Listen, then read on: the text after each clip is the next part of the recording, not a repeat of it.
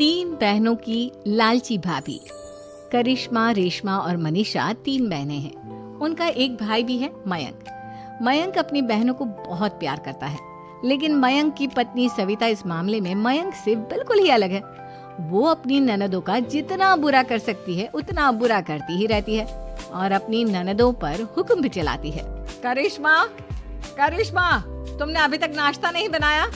तुम्हारे भैया को ऑफिस जाने में देर हो रही है। हाँ भाभी, बस अभी बनाती हूँ। करिश्मा, तुम ये ढीलापन छोड़ दो। कल को पराये घर जाना है। वहाँ अगर तुम इस तरह से काम करोगी तो लोग क्या कहेंगे कि माँ ने और भाभी ने कुछ सिखाया नहीं। और तुम्हारी दोनों बहनें कहाँ हैं? रेशमा मार्केट गई है और मनीषा सो रही है। क्या? सुबह के 8 बज रहे हैं और ये महारानी अभी भी सो रही है? ये कहते हुए सविता अपनी सास दुर्गा देवी के पास जाती है।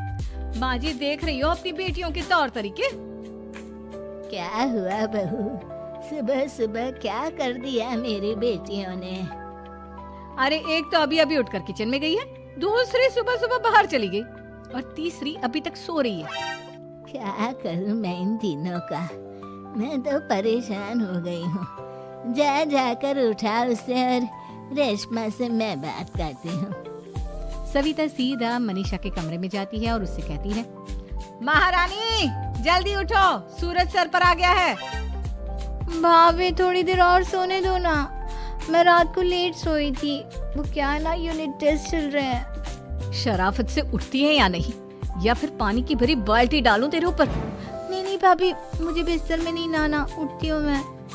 मनीषा जल्दी से उठकर बाथरूम में चली जाती है। सभी आराम से बैठकर नाश्ता कर रहे होते कि तभी रेशमा बाजार से हाथ में सामान लिए आ जाती है।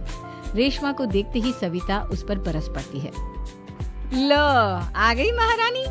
ऐसा भी क्या सामान लाना था जो सुबह आंख मलते ही बाजार की तरफ रवाना हो गई? भाभी, कल आप ही तो चीख रही थी कि घर का सारा सामान मुझे ही लाना पड़ता है, घर में किसी को भी किसी काम से कोई लेना देना नहीं है। अब मैं बाजार जाकर सामान ले आई तो आपको इस बात से भी तकलीफ हो रही है? देख रही हो माँ जी, अपनी बेटी की जुबान कैंची से भी तेज चलती है। और मयंक, आप तो कुछ कहेंगे नहीं अपनी लाडली बहन को। रेशमा, अपनी भाभी से ऐसे बात नहीं करते। चलो माफी मांगो। भैया, मैं क्यों माफी मांगू? आप भाभी से बोलिए ना कि हम पर कम हुक्म चलाया करे। हम इस घर की बेटियां हैं और आपकी पत्नी की ननद है, नौकरानी नहीं। लो कर लो बात। इनकी भलाई के लिए कुछ भी बोलो तो इन्हें बुरा लग जाता है। इस घर में यही इज्जत है मेरी। देख लो माँ जी, आपकी बेटी किस लहजे में मुझसे बात कर रही है। सविता वहाँ से चली जाती है। मयंक को बहुत गुस्सा आता है, वो भी वहाँ से चला जाता है। फिर करिश्मा रेशमा को समझाती है, रेशमा, तुम्हें भाभी से माफी मांग लेनी चाहिए थी ना। लेकिन दीदी, मैंने कुछ किया ही नहीं, तो मैं माफी क्यों मांगू? हाँ करिश्मा दीदी, रेशमा दीदी जैसे ही घर में आई भाभी ही उन पर चिल्ला रही थी। हाँ, मैं मानती हूँ कि गलती भाभी की थी। मैं तो इसलिए बोल रही हूँ कि भाभी ने माँ को तो पूरी तरह अपने वश में कर लिया है। वो हमारी बात सुनती ही नहीं। मयंक भैया हमारे लिए हमेशा खड़े रहते हैं, इसलिए उनकी बात का मान तो तुम्हें रखना चाहिए था ना। कोई फायदा नहीं दीदी, कुछ दिनों की बात और है, भाभी उन्हें भी हमारे खिलाफ भड़का देंगी। फिर वो भी माँ की तरह हमारी किसी बात का विश्वास नहीं करेंगे। इसी तरह सविता अपनी तीनों ननदों को किसी न किसी बात पर परेशान करती रहती थी। एक दिन मयंक अपनी तीनों बहनों के लिए गिफ्ट लाया। क्या रेशमा, ये तुम्हारे लिए हार का सेट। रेशमा, तुम्हारे लिए सुंदर सी ड्रेस। और मनीषा, तुम्हें किताबें पसंद है ना, तुम्हारे लिए किताबें लाया हूँ। थैंक यू भैया। थैंक यू भैया। थैंक यू भैया। करिश्मा, तुम्हारा नेकलेस कितना सुंदर है। ये भैया कहाँ से ले आए होंगे? मैंने भैया को 3 दिन पहले फोन पर ये डिजाइन दिखाया था और आज भैया ये ले आए। सविता तो अपनी ननदों के गिफ्ट्स देखकर जल गई और करिश्मा का नेकलेस तो उसे भी बहुत पसंद आया था। अपनी बहनों के लिए कितना अच्छा नेकलेस लेकर आए हैं, मुझे कभी कोई गिफ्ट नहीं दिया। मैं आज ही ये हार चुरा लूंगी। रात में सविता करिश्मा का हार चुरा लेती है और इसी तरह उसे अपनी ननदों की जो भी चीज अच्छी लगती वो उसे मांगती नहीं, बल्कि रात के अंधेरे में चुरा लेती। इसी तरह दिन बीतते गए और सविता ने मयंक के दिल में भी उसकी बहनों के लिए नफरत पैदा कर दी। एक दिन मयंक ने करिश्मा और रेशमा के लिए रिश्ता देखा और ये बात उसने घर में सबको बताई। माँ, करिश्मा और रेशमा के लिए बहुत अच्छा रिश्ता आया है। वो लोग कल इन्हें देखने आ रहे हैं। आप और सविता मिलकर सारी तैयारी कर लेना। ये सुनकर करिश्मा और रेशमा खुश हो जाती हैं, लेकिन सविता सोचती है, अगर इन दोनों बहनों की शादी हो गई तो घर और बाहर का काम कौन करेगा? मनीषा तो एक नंबर की कामचोर है, उससे तो किसी बात की उम्मीद लगाना ही बेकार है। मुझे इस शादी को रोकना होगा। अगले दिन सभी लड़के वालों के स्वागत की तैयारी करने में लगे होते हैं। तभी मयंक अपनी बहनों से आकर कहता है, तैयार हो गई तुम दोनों? देखो दोनों लड़के बहुत अच्छे हैं, मैं कोई कसर नहीं छोड़ना चाहता, इसलिए तुम उनके सामने अच्छे से बिहेव करना और अपनी भाभी से लड़ने मत लग जाना। करिश्मा, तुम वो नेकलेस पहन लो ना जो मैं तुम्हारे लिए लाया था। भैया मैं बहुत देर से वो नेकलेस ढूंढ रही हूँ, लेकिन मुझे मिल ही नहीं रहा। क्या तुमने नेकलेस खो दिया? तुम्हें पता भी है वो कितना महंगा था? तुम कोई काम ढंग से नहीं कर सकती। मयंक गुस्से में वहां से चला जाता है। थोड़ी देर बाद लड़के वाले भी आ जाते हैं। वो दोनों बहनों को पसंद कर लेते हैं और रिश्ता पक्का हो जाता है। लेकिन सविता के दिमाग में तो कुछ और ही खिचड़ी पक रही थी। वो पंडित जी के पास करिश्मा की कुंडली लेकर जाती है और उन्हें पैसे देकर करिश्मा की कुंडली बदलवा देती है। जब लड़के वालों के पास करिश्मा की कुंडली जाती है तो वो दुर्गा को फोन करते हैं। बहन जी, हमने करिश्मा की कुंडली अपने पंडित जी को दिखाई थी। आपकी बेटी की कुंडली नहीं बल्कि दोषों का पिटारा है।